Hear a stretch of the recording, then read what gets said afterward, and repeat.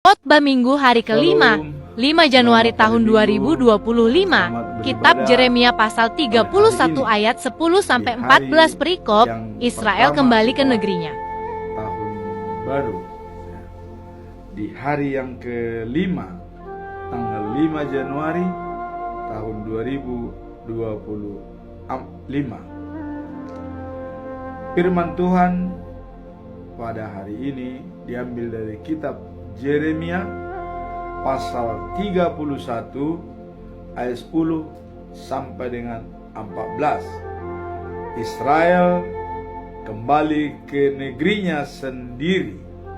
Itulah perikop daripada firman Tuhan pada hari ini, khotbah Minggu. Dan kita baca dari ayat yang ke-10 sampai dengan 14. Demikian firman Tuhan. Dengarlah firman Tuhan, hai bangsa-bangsa. Beritahukanlah itu di tanah-tanah pesisir yang jauh. Katakanlah, Dia yang telah menyerahkan Israel akan mengumpulkannya kembali dan menjaganya seperti gembala terhadap kawanan dombanya. Sebab Tuhan telah membebaskan Yakub, telah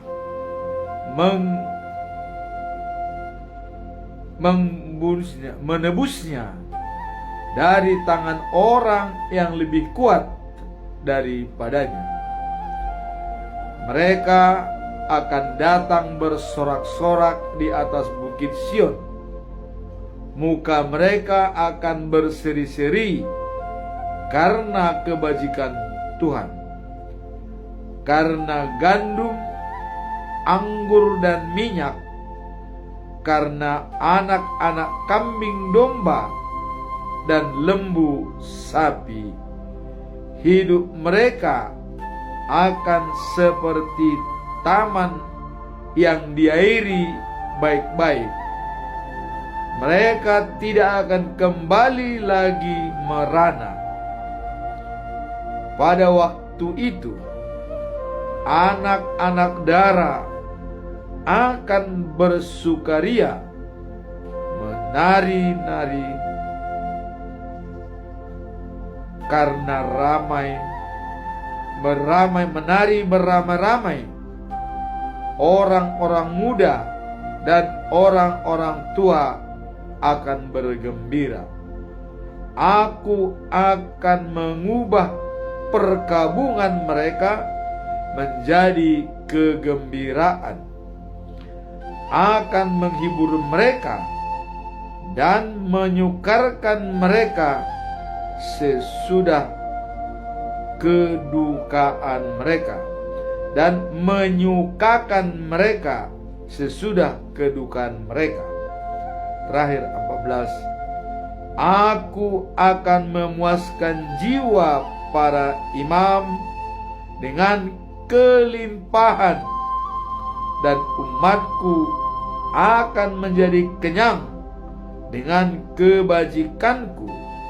Demikianlah firman Tuhan. Itulah firman Tuhan khotbah pada minggu ini. Nah, sekarang kita lihat dalam prakhotbah, yaitu tertulis di dalam Yohanes pasal 1 ayat 1 sampai dengan 9. Namun kita ambil sampai dengan 18.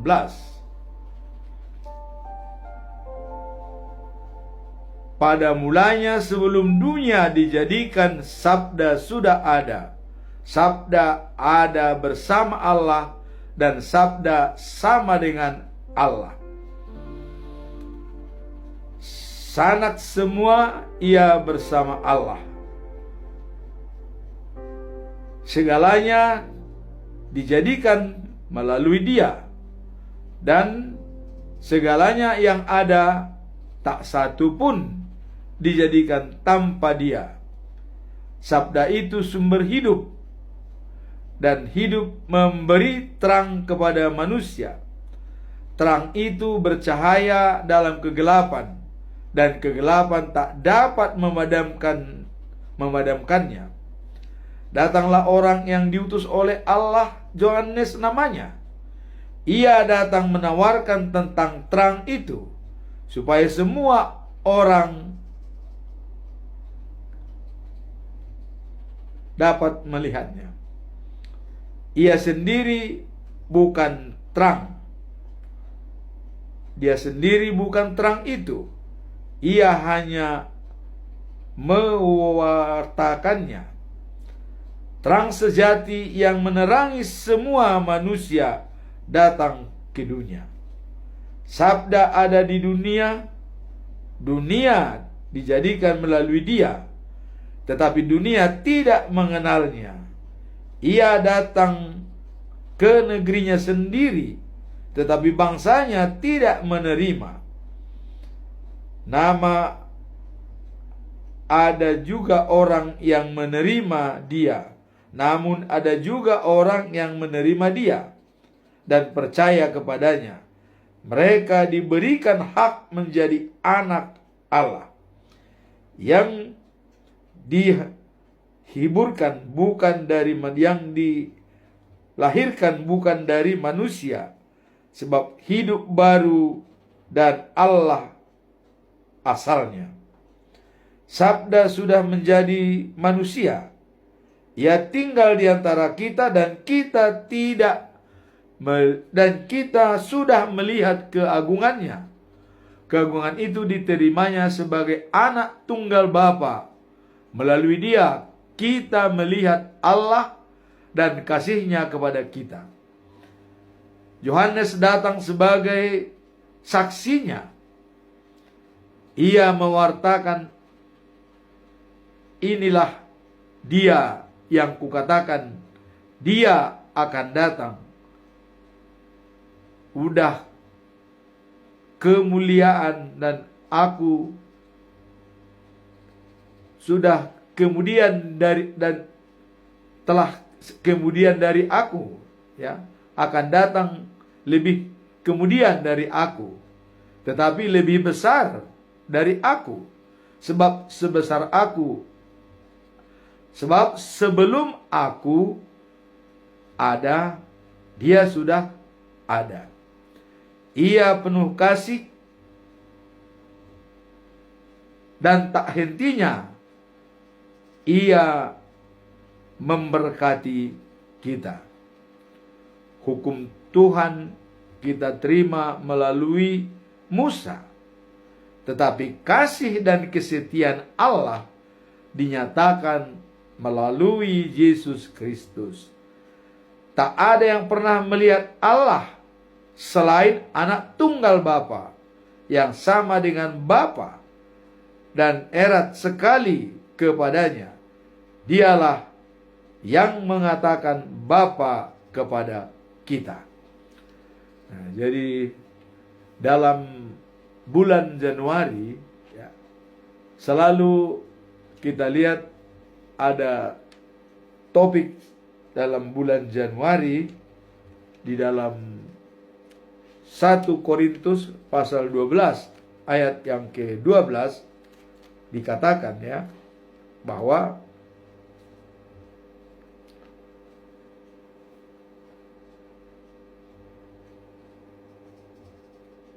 dengan topik pada bulan Januari pedoman kita dikatakan kesatuan dalam panggilan dan pelayanan untuk kemuliaan Tuhan.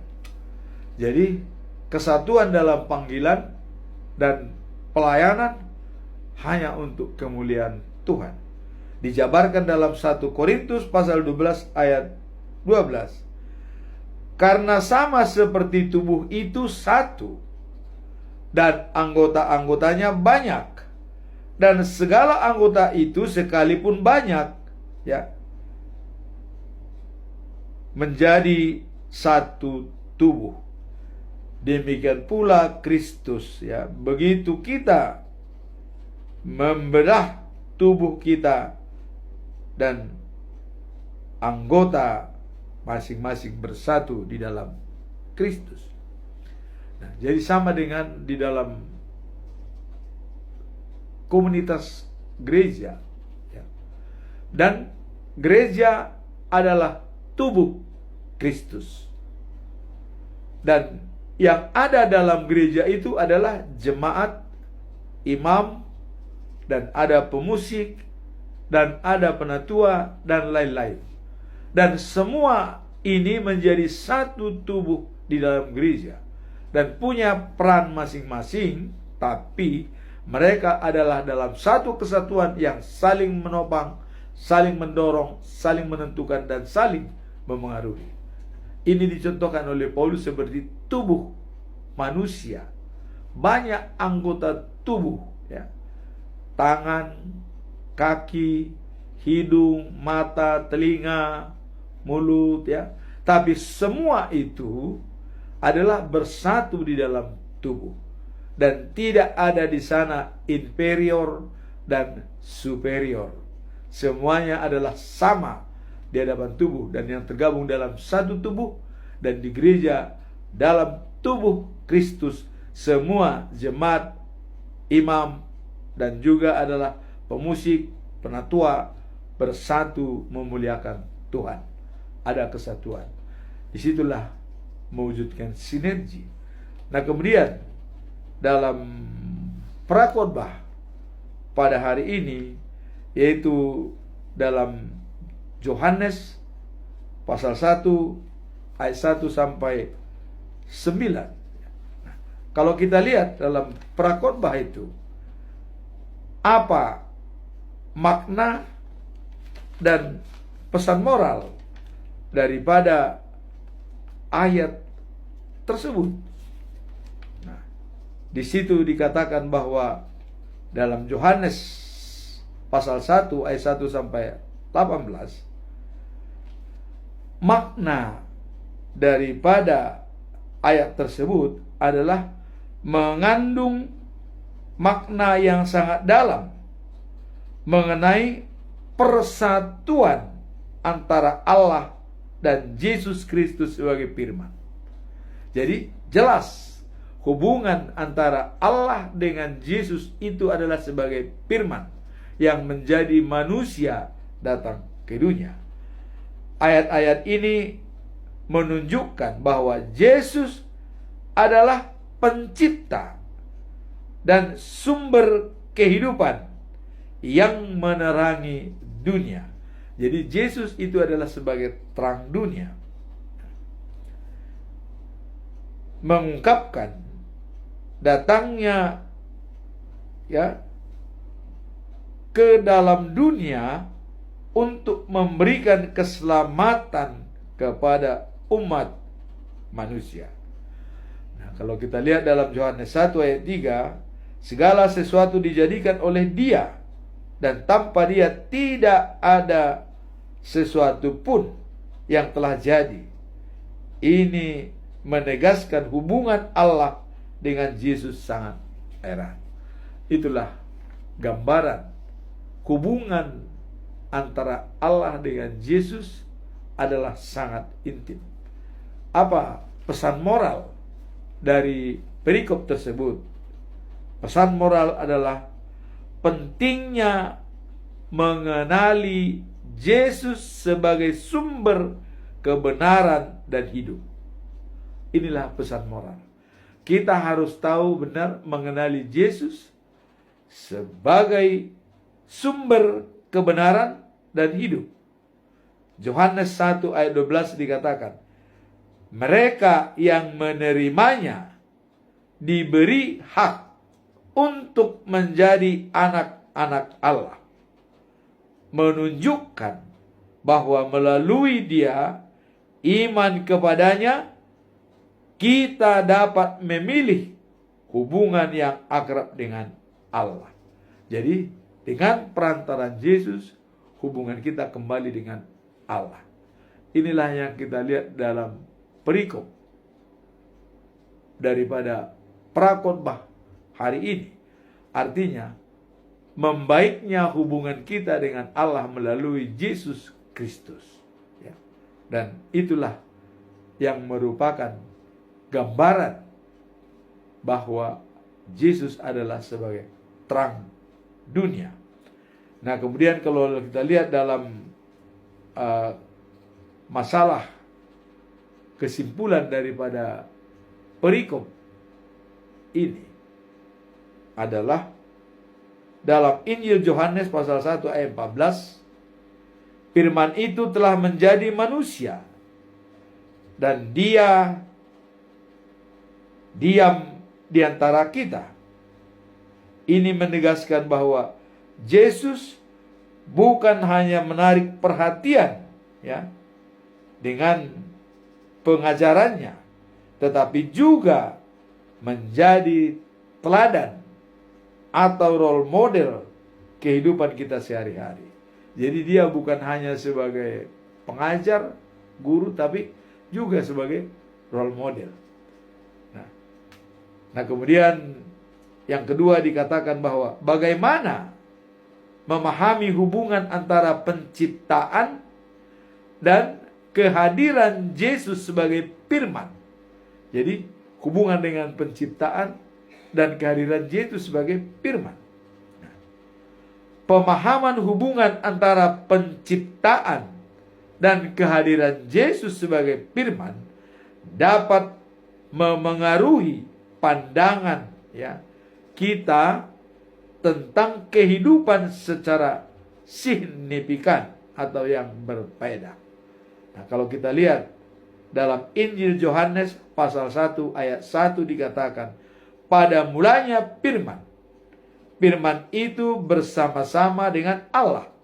Dan firman itu adalah Allah. Inilah hubungan dan memahami antara penciptaan dan kehadiran Yesus. Ayat ini menunjukkan bahwa Yesus sebagai firman hadir sejak awal penciptaan dan memiliki ya keilahian yang sama dengan Allah. Jadi keilahian Yesus adalah sama dengan Allah. Ini gambaran yang bisa kita lihat dalam prakhotbah. Kemudian yang ketiga, apa makna menjadi anak-anak Allah dalam konteks iman Kristen? Jadi siapa yang sudah dikatakan menjadi anak Allah? Nah, dijelaskan bahwa menjadi anak Allah dalam konteks iman Kristen ialah ya menggambarkan hubungan intim dan keluarga antara Tuhan dengan umatnya. Jadi kalau sudah disebut diangkat sebagai anak, itu sudah dianggap sebagai keluarga, hubungan yang intim. Nah, hal ini berarti bahwa setiap orang yang percaya kepada Kristus diakui sebagai anggota keluarga Allah yang mendapatkan hak istimewa serta tanggung jawab untuk hidup menurut kehendaknya. Jadi bagi orang yang sudah dianggap anak Allah, itu diberi hak istimewa dan tanggung jawab untuk hidup menurut kehendak Allah. Nah, dalam Injil Yohanes pasal 1 ayat 12 sampai 13 tertulis, tetapi semua orang yang menerimanya, mereka diberinya hak menjadi anak-anak Allah. Jadi semua orang yang sudah menerimanya diberi hak sebagai anak-anak Allah. Pertanyaan bagi kita, apakah kita semua sudah diberikan hak anak-anak Allah? Nah, kemudian inilah yang menjadi pedoman kita. Menjadi anak-anak Allah, hak istimewa diberi kepada mereka yang percaya pada Yesus Kristus. Itu poinnya. Kemudian menjadi keluarga Allah yang baru dengan ya iman dan spiritual yang mendalam dalam hubungan kita dengan Tuhan. Nah, kemudian konsekuensi sebagai anak Allah menuntut kita untuk bertindak dengan integritas dan kasih kepada orang lain, menjadikan kehidupan kita sebagai cerminan karakter Kristus. Nah, inilah menjadi dalam prakhotbah hubungan kita kembali dengan Allah, dan kita sudah didomatkan sebagai anak-anak Allah melalui Yesus Kristus. Dengan datangnya Yesus ke dunia, maka kita pun menerima Dia, maka kita disebut sebagai anak-anak Allah yang istimewa. Sekarang kita masuk dalam khotbah hari ini, di hari yang ke-5, dikatakan bahwa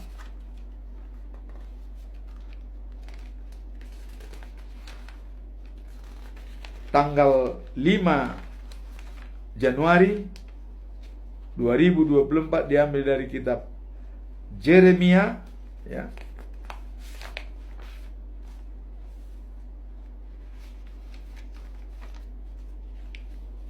Pasal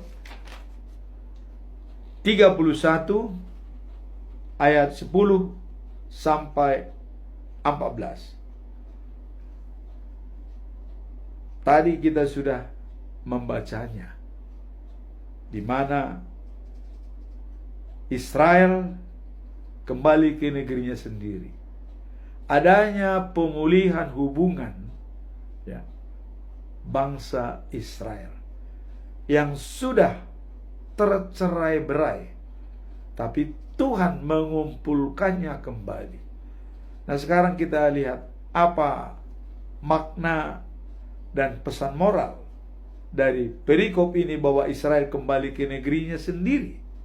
Nah, kita lihat dalam kitab ini terdapat makna yang mendalam tentang pemulihan dan kasih setia Tuhan kepada umatnya yang menunjukkan harapan dan jaminan bagi masa depan.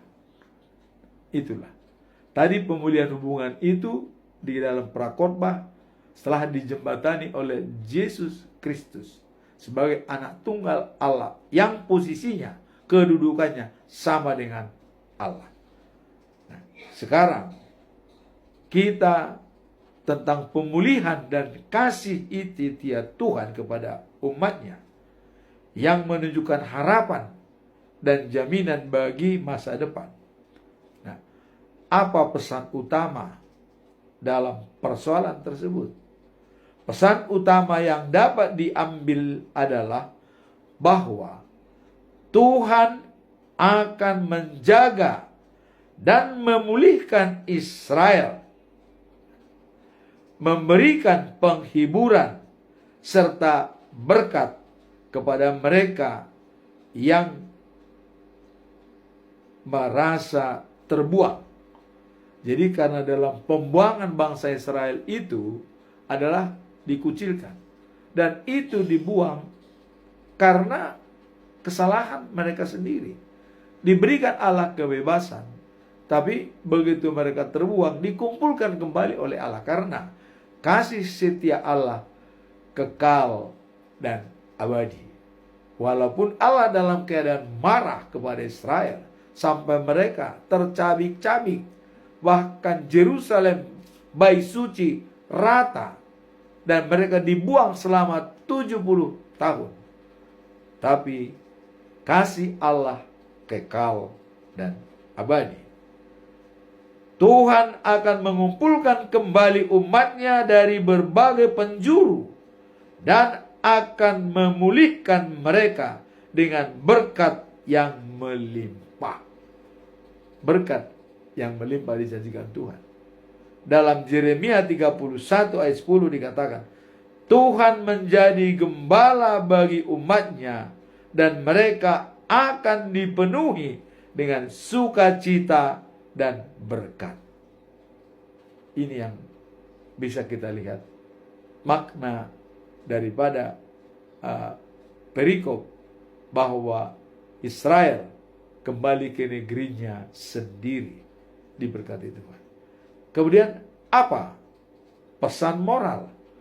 Setelah kita lihat makna pemulihan hubungan Tuhan dengan Israel dan mengumpulkan kembali dan akan memberikan berkat kepada mereka, ya. Apa pesan moral dalam hal ini? Kita dapat belajar untuk percaya bahwa Tuhan selalu memiliki rencana baik untuk hidup kita, terlepas dari kondisi yang kita hadapi saat ini. Apapun kondisi kita, baik kita sebagai pelayan, sebagai jemaat, atau sebagai yang terhormat dalam masyarakat, ya. Namun semua dalam kehidupan kita adalah rencana dan rancangan daripada Tuhan Allah. Kalau ini kita sudah sadar, tentu apapun yang terjadi dalam hidup kita, suka dan duka, itu kita kembalikan adalah rancangan daripada Allah. Nah, sekarang bagaimana konklusi atau kesimpulan daripada khotbah pada minggu ini, minggu pertama tahun 2025, sebagai bekal kita dalam menjalani tahun 2025 ini? Dan kalau pedoman kita dalam bulan ini adalah adanya kesatuan, panggilan, dan juga adalah pelayanan untuk kemuliaan Dia. Artinya berbeda-beda dalam fungsi dan tugas, tapi tetap satu dalam pelayanan, yaitu visi daripada Tuhan Allah. Itu pedoman kita selama bulan ini. Nah, sekarang konklusi daripada khotbah ini bahwa pemulihan hubungan Israel dengan Tuhannya, bagaimana kita lihat konklusinya? Kita mencoba melihat pertanyaan pertama. Seberapa dalam kita memahami arti pemulihan yang dijanjikan Tuhan kepada umatnya? Ini yang pertanyaan pertama. Seberapa dalam? Bagaimana dalamnya pemulihan itu? Dan bagaimana caranya? Cara Tuhan untuk memulihkan hubungan kita dengan Tuhan. Sini dikatakan bahwa pemulihan yang dijanjikan Tuhan kepada umatnya adalah, ya, tema yang sangat sentral dalam iman Kristen. Jadi pemulihan hubungan itu merupakan tema sentral dalam umat Kristen. Dan itulah juga tugas daripada terang dunia yang datang, yaitu Yesus Kristus, untuk memulihkan hubungan antara manusia dengan Allah melalui Yesus Kristus. Nah, dalam Alkitab, pemulihan seringkali dipahami sebagai pemulihan hubungan, ya, dalam manusia dengan Tuhan. Jadi dalam Alkitab itu, dalam pemulihan itu adalah hubungan manusia dengan Tuhan, serta, ya, pemenuhan dalam kehidupan sosial dan spiritual. Jadi serta pemenuhan atau dipenuhi kehidupan sosial kita dan spiritual kita. Itulah arti daripada pemulihan dalam Alkitab. Nah, dalam Yehezkiel pasal 36 ayat 26 sampai 27 dikatakan, Aku akan memberikan kepadamu hati yang baru dan roh yang baru. Hati yang baru dan roh yang baru, itulah pemulihan hubungan antara manusia dengan Tuhan. Jadi hati yang baru dan roh yang baru. Maka setiap ada baptisan kudus, pertobatan seseorang dan masuk dalam kerajaan surga, Tuhan Allah berpesta ria di surga, mengucapkan terima kasih bahwa ada tambah pewaris kerajaan surga. Nah, kemudian dikatakan tadi, hati yang baru dan roh yang baru.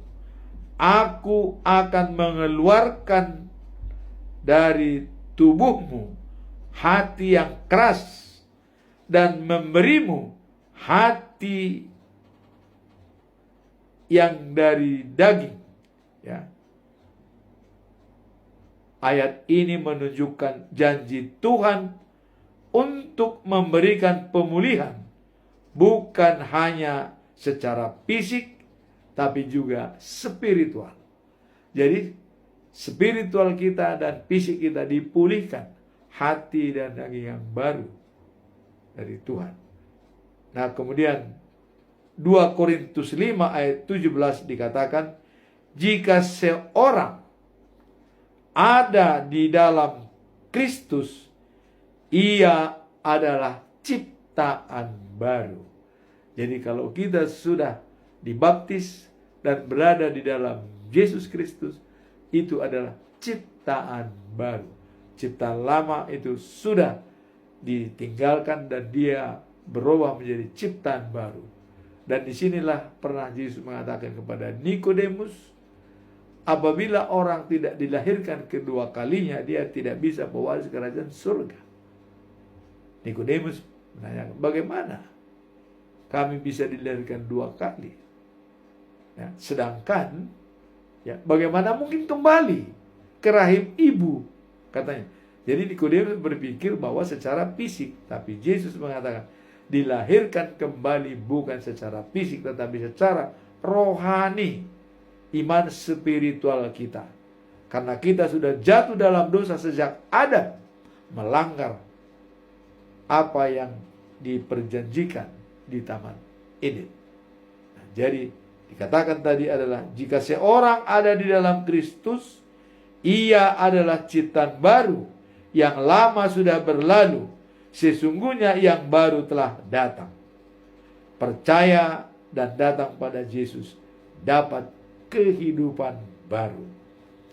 Itulah konklusi yang pertama. Kemudian yang kedua, kita juga lihat dari pertanyaan, apa cara konkret dilakukan ya menghadirkan Tuhan dalam masa-masa sulit. Jadi kalau dalam masa-masa sulit, bagaimana kita bisa menghadirkan Tuhan? Apa cara konkret kita dalam kesulitan tapi bisa menghadirkan Tuhan? Nah, dalam masa-masa sulit, merasakan ya kehadiran Tuhan merupakan hal yang sangat penting bagi setiap orang yang percaya. Dan melalui iman dan pengharapan, Anda dapat menemukan ya penguatan dalam setiap tantangan yang dihadapi. Jadi kalau kita merasakan kehadiran Tuhan dalam situasi yang sulit, secara iman adalah merupakan harapan kita dan dapat menemukan penguatan. Artinya kita semakin dikuatkan setiap tantangan yang dihadapi. Jadi itulah katakan tadi, apa cara konkret dilakukan menghadapi atau menghadirkan Tuhan dalam masa-masa sulit. Nah, itu merupakan hal yang sangat penting. Kita merasakan kehadiran Tuhan dalam masa-masa sulit melalui iman dan pengharapan, dapat menemukan penguatan dalam setiap tantangan yang dihadapi. Nah, kalau kita lihat dalam 1 Tesalonika pasal 5 ayat 17 dikatakan, berdoalah ya tanpa henti. Ini yang menjadi key poinnya. Berdoa tanpa henti. Dikatakan dalam 1 Tesalonik pasal yang kelima ayat 17. Jangan pernah berhenti berdoa. Itulah cara menghadirkan Tuhan dalam kehidupan kita. Jangan pernah berhenti berdoa. Kalau di dalam Mazmur 119 ayat 105 dikatakan, ya, firman-Mu pelita bagi kakiku dan terang bagi jalanku. Nah, karena Dia adalah pelita bagi kaki kita dan terang bagi jalan kita, maka jangan pernah berhenti berdoa. Ya, jangan jemu-jemu kita berdoa. Karena Tuhan akan hadir. Dengan cara itulah Tuhan hadir dalam kehidupan kita dalam masa-masa sulit. Nah, kemudian kesimpulan yang ketiga dari perikop ini. Bagaimana kita dapat menerapkan konsep kasih pemulihan dari Tuhan dalam hubungan, ya, sehari-hari dengan orang lain. Jadi hubungan kita dengan sehari-hari, bagaimana kita dapat menerapkan konsep pemulihan dari Tuhan, bahwa kita sudah dipulihkan, dan hubungan dengan orang lain. Bagaimana cara kita? Konsep kasih dan pemulihan, ya, dalam hubungan sehari-hari implisit dalam ajaran Injil, di mana kita dipanggil untuk mencintai satu sama lain sebagai mana Tuhan mencintai kita. Jadi cara kita untuk menerapkan pemulihan tersebut adalah apa yang sudah diberikan oleh Tuhan kepada kita, itu harus mengalir juga kepada orang lain. Karena kita sudah dicintai oleh Tuhan, maka kita juga wajib hukumnya untuk mencintai orang lain. Nah, dalam Kolose 3 ayat 13 dikatakan, sabarlah kamu seorang terhadap yang lain, dan ampunilah seorang akan yang lain, apabila yang seorang menaruh keluhan terhadap yang lain. Memaafkan, bersabar dalam setiap hubungan. Inilah hubungan konklusi daripada 3 ayat tersebut. Nah, kemudian dalam berinteraksi dengan orang lain, menerapkan kasih Tuhan dengan mendengarkan dan menghargai orang lain, dan memberi mereka kesempatan untuk berbagi cerita dan tantangan mereka. Demikianlah khotbah minggu ini pada tanggal 5 Januari. Pertama tadi adalah adanya kesatuan dari berbagai macam ragam anggota dalam jemaat, tetap satu kesatuan dalam Yesus Kristus. Dan kemudian khotbah pemulihan hubungan, dan para khotbah adalah berdamai manusia dengan Allah melalui Yesus Kristus, dan kemudian Allah memulihkan hubungan manusia dengan Allah, walaupun dalam situasi yang sulit dengan tantangan yang banyak. Dan kita mau berbaik dengan sesama, terutama dengan Tuhan Allah. Amin. Tuhan memberkati.